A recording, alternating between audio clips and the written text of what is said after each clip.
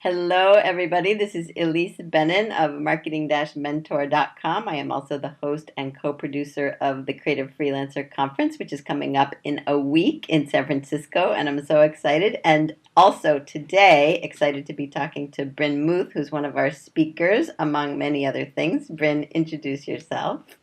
Hello, I'm Bryn Mooth. I'm an independent journalist and copywriter focused on food, wellness, and design, and I'm here in my kitchen, which is my home office. Beautiful. And Bryn, you and I have been tracking your progress over the last 2 years as you have launched your freelance career, and I can't believe it's 2 years plus, Years. right? Yeah. So just bring us up to date on where you are and link it, if you would, to what you're going to be speaking about at CFC. Sure.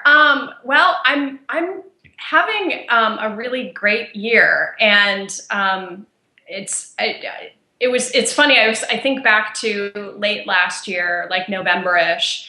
And I was kind of looking at my project calendar and things were really slowing down. And I was kind of starting to hear crickets and thinking, gee, what's next? What is this, just an end of year slowdown? And then in November, things started to really pick up again. And I've been really busy, like in a good way, like right at the capacity that I feel I can manage well and still have a nice balance in my life.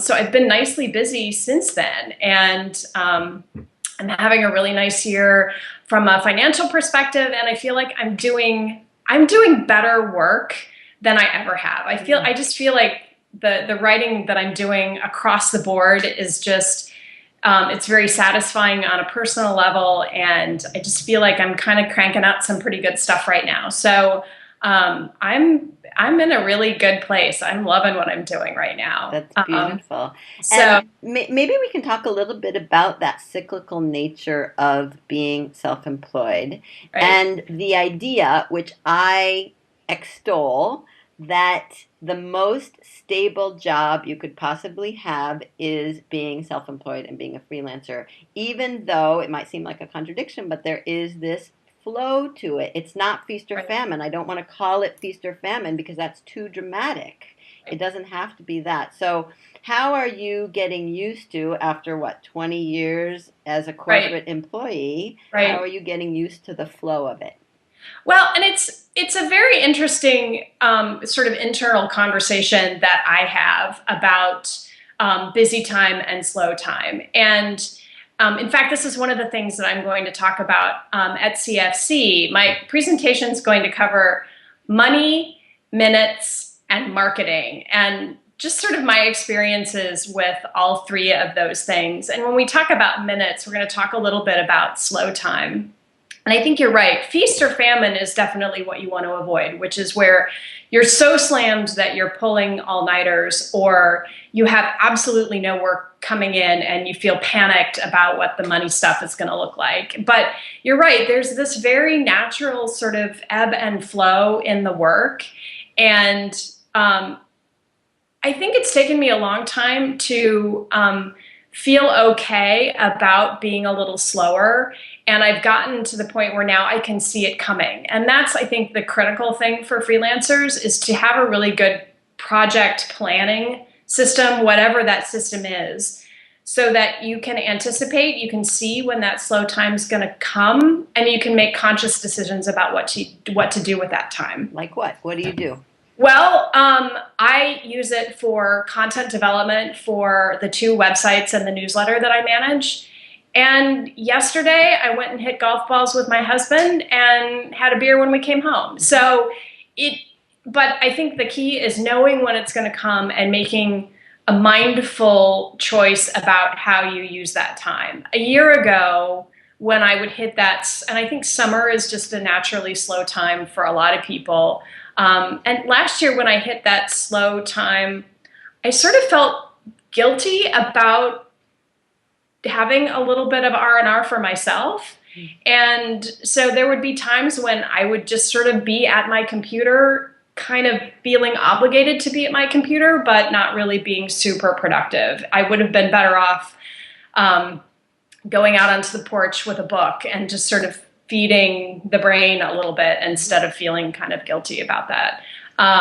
So I think it just takes a while to get comfortable with that kind of up and down nature of the work. But I think you think about a corporate job. I mean, certainly when I was working at Howe, less so in more recent years. I mean, the workflow was just sort of constant and crushing more recently, but there were periods when we would send an issue to the magazine to the printer, and we'd have a down week. Mm-hmm. And, you'd clean out your office and take a long lunch with the group. And that was part of corporate work too. There's just a cyclical nature of work generally, I think.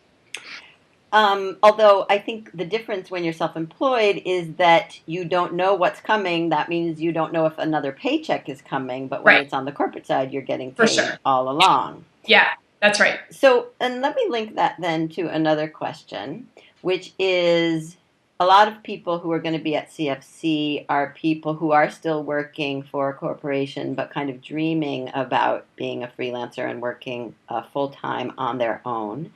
And I know one of the questions is, how will I ever make the same kind of money or support myself in the same way as the big daddy corporation did? So how do you think about that? And what have you come to for yourself about that? Well, I didn't, when I was envisioning going freelance, I didn't anticipate that I would completely replace my corporate income. I was making decent money, and I'm not the sole breadwinner in my family, so there wasn't that wasn't a requirement. I had some flexibility there. So what I did was I looked at the money that I was spending over the course of a year and figured if I could basically replace cover my expenses.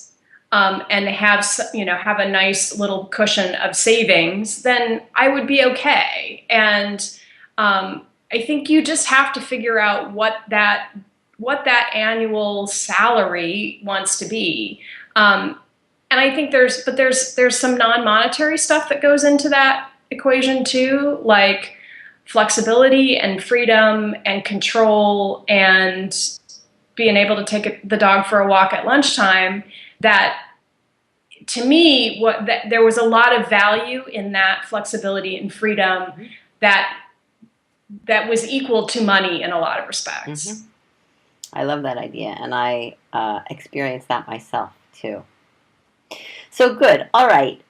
Let's just wrap it up, because I know that you have a lot going on and we're all preparing for CFC. But I can't believe it's next weekend. I know. So give us a little bit more from your session, what you're going to be talking about. Sure. So money, minutes, and marketing. And really the session is kind of geared toward people who are either contemplating making the leap to freelance, and I like the word independence instead of freelance. So being an indie professional, or are in their first or maybe second year of it. And, having worked with you for so long and been to so many CFC events, I sort of went into this whole thing figuring that I knew everything I needed to know. And in fact, I've made a lot of the same mistakes that I didn't think I would make. And, there's this intellectual knowing and the actual practice of it. So really what I'm going to talk about is just some things that I've tripped over in the first 2 years. And